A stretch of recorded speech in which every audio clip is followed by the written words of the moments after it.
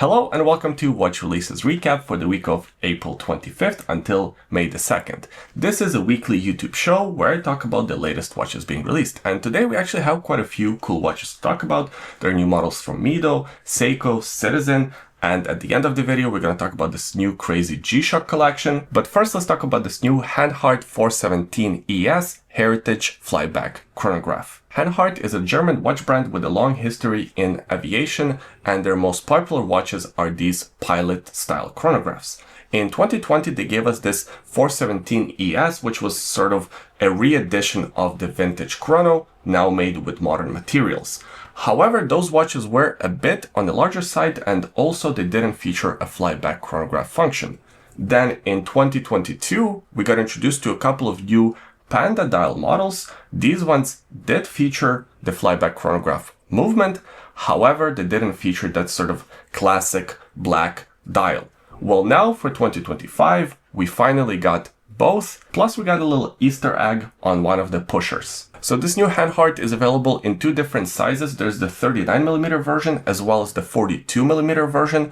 Both of them feature the same thickness, 13.3mm in case height, and both of them are made out of stainless steel. The smaller version features a solid case back, where the larger version features a display case back so you can admire the movement. And this one is powered by the Celita caliber AMT 5100M, which is a hand-wound column wheel chronograph movement with a flyback function. It beats at 4 Hz and it comes with 58 hours of power reserve. The watch still features that bidirectional bezel, however there are no markings on the bezel, you only get this sort of red highlight, and there is a cool story behind it. Apparently the wife of one of the pilots was painting that with a red nail polish, and that's how this sort of element of the watch got started. There's also that highlight on the pusher at the 4 o'clock position. This specific design element harkens back to the original watches from back in the day, which is a very cool detail, and I'm glad that they included that. As far as the pricing and availability, these are not limited edition watches, they're part of the standard catalog.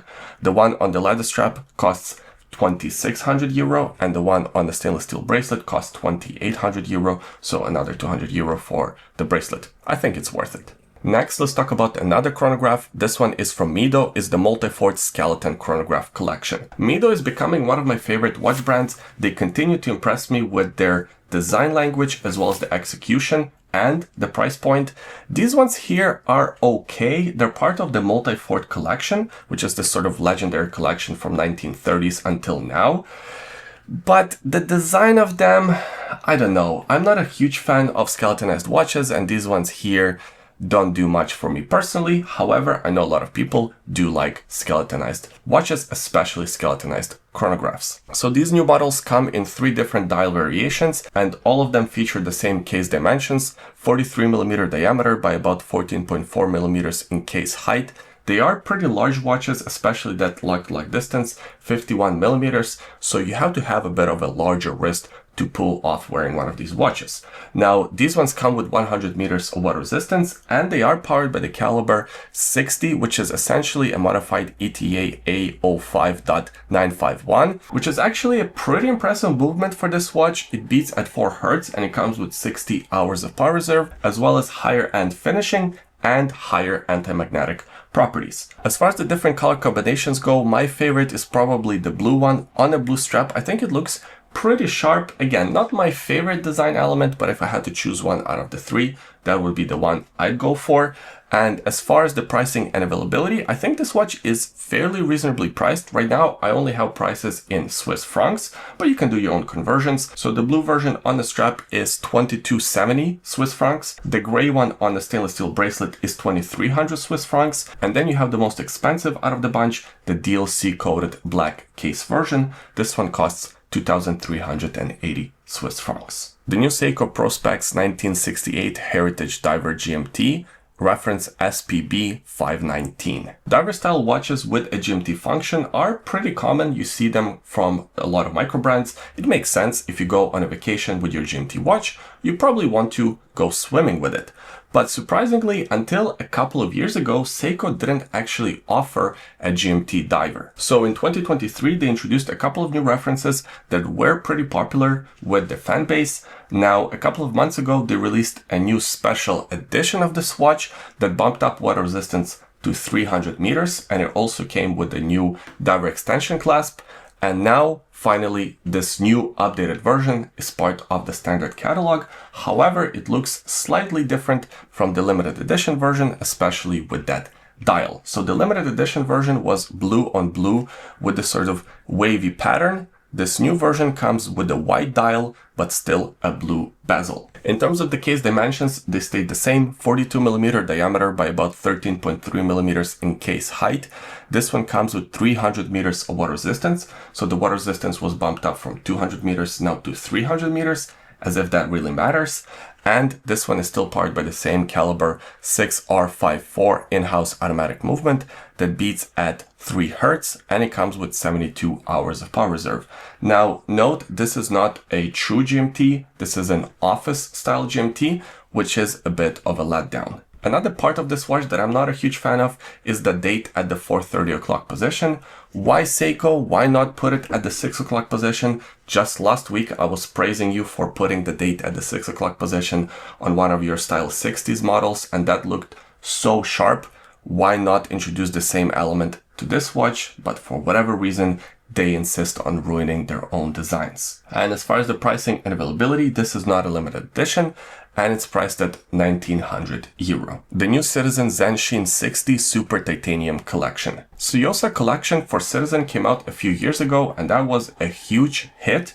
Then last year they introduced this new collection based on similar design philosophy, but now in titanium case, and they called that collection Zenshin. It was available with a few different dial variations, however, it still featured the 8 series slightly outdated Miyota movement. Well, now Citizen is listening to the feedback from their fans, and they're introducing this sort of new version of the watch with an updated movement and a few different color variations. As far as the dimensions of this watch go, they haven't changed much. It still comes in a 40.5mm diameter by about 11.25mm in case height.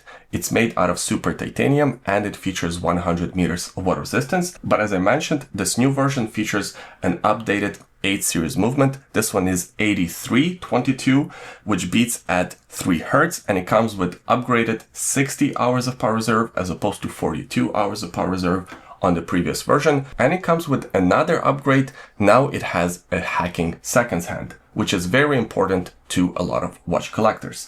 Out of all the versions available, my favorite is probably this light blue version. I really like that, although the green dial version looks very sharp as well. For some reason, green dials are not that popular, but I personally like them. And as far as the pricing and availability, this is part of the standard catalog, and the prices have been raised slightly. So the previous version in titanium was 430 euro.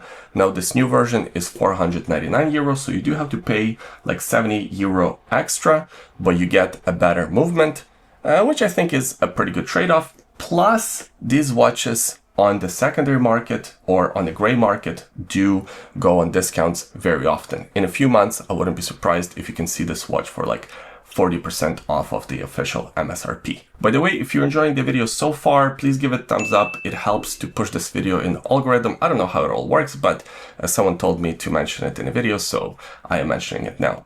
Thank you so much. Now, let's talk about the next release, the new Panerai Submersible Chrono Marina Militare Experience Edition, reference PAM 01699. If this was a video game, this Panerai would be the final boss to beat. This is the most Panerai out of all Panerais on the market. It's a super limited edition, but it is kind of a cool watch for what it is. I can't help but like it. So first of all, the case, it's made out of titanium and it features a 47mm diameter. It's insane. And it also comes with 500 meters of water resistance, which is super impressive on a chronograph. This watch is also super complicated. It's powered by the caliber Panerai P.9100R, which is an automatic movement with a flyback chronograph, 37 joules beating at 4 Hertz, and it comes with 72 hours of power reserve. Plus, on top of the chronograph function, it also comes with the GMT function and a countdown function. So a very complicated movement. And if you purchase one of these watches, by the way, they're only making 35 of them, you also get an experience, this sort of military experience where they go through different military exercises, where you kind of go through the lighter version of a naval pilot training, and you probably get to eat some nice food and meet other fancy people, which is kind of cool. Panerai has done a lot of these special releases with special sort of experiences tied to them, which is a unique idea. And this watch is not cheap, as you would imagine, especially because it also includes this military experience. So this watch costs 48,200 Great Britain pounds. And sorry for switching currencies all the time, it's just a lot of these press releases are coming out before the watches are released to general public, so I just have to go off of whatever they're giving us as information, and because of the tariffs and because of different conversions, there's the VAT, it's kind of hard to figure out the price in US dollars or in euros, so I just have to state whatever the price they're giving us on the press releases. Next, let's talk about the new Depancel Allure Valjoux 92 collection. Depancel is kind of a cool micro brand. I actually reviewed one of their chronographs about a year ago, and I'm fairly impressed with what they're doing, especially with their designs. So this new watch is based on 1960s, 1970s racing chronographs, back when you actually used a chronograph to time your lap. Now, of course, we have digital sensors and digital timing, so the chronographs are not really useful on the track. But back in the day, it used to be the tool you would use. And also back in the day, this caliber, the Valjoux 92, was super popular. It was actually used by Rolex, by Patek, and a few other watch companies. It beats at 1800 vibrations per hour. It comes with 39 hours of power reserve, and it's a hand-wound movement. These movements are very beautiful, but for whatever reason, they sort of got discontinued and over time forgotten about. Well, now Depancel is putting this movement in a limited collection of 20 pieces, and they also have this sort of special French colorway on the dial with that sub-dial at the 3 o'clock position. I quite like it, but I do like chronographs, so this one is right up my alley. However, it's not exactly a cheap watch. As I said, a limited edition of only 20 pieces, and this one is about 4,000 euro or 3,900 euro to be exact. And lastly, let's talk about the new G-Shock GA-V01 collection. Casio G-Shock needs no introduction, everybody knows about them, and at some point everyone probably owned at least one of them in their collection. Well, now there's this new collection that looks absolutely insane.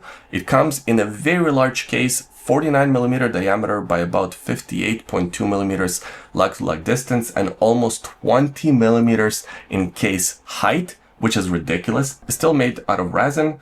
And it features this new technology on the set of hands, especially on the minutes hand, where it's kind of held by a magnet, from my understanding. So whenever a lot of shock is applied to this G-Shock, it doesn't really affect the timing. The minutes hand might lose a minute or two, but then it kind of readjusts itself. So that way, whatever the shock applied to this watch ends up being, it doesn't really affect the accuracy of the time reading, which is kind of cool, but at the same time it also has a digital timing readout, so this technology might not be exactly necessary, but it is kind of interesting. There are 4 different colors of this watch available. My favorite is probably the black one. I think that looks the most reasonable, but they all look kind of crazy. On top of the large size, just the overall design is kind of very aggressive and very unlike anything else on the market, including other G-Shock models. What's good about this model is the price. It's only 140 USD, which I think is pretty reasonable for a watch like this. And I would say it would make sort of a perfect kids watch if these watches were smaller. But because they're so large, it's kind of hard to recommend for a child because it's just too large. Their hand was just going to be lost under this watch. And that's it for this week's watch releases. I hope you enjoyed the video. If you did, please give it a thumbs up, subscribe to the YouTube channel for more videos like this in the future, and leave a comment in the comment section below. Let me know what you thought about this week's releases. I do read every single comment and I enjoy doing it. So please let me know what you thought down below. Thanks for watching this one, and we'll see you next time. Bye. Oh, by the way, on my wrist I'm wearing the Baltic Tor Auto limited edition watch that I reviewed a few weeks ago. I will leave a link to the review in the description below. I always forget to do a wristwatch check, so I remember this time. Okay, bye.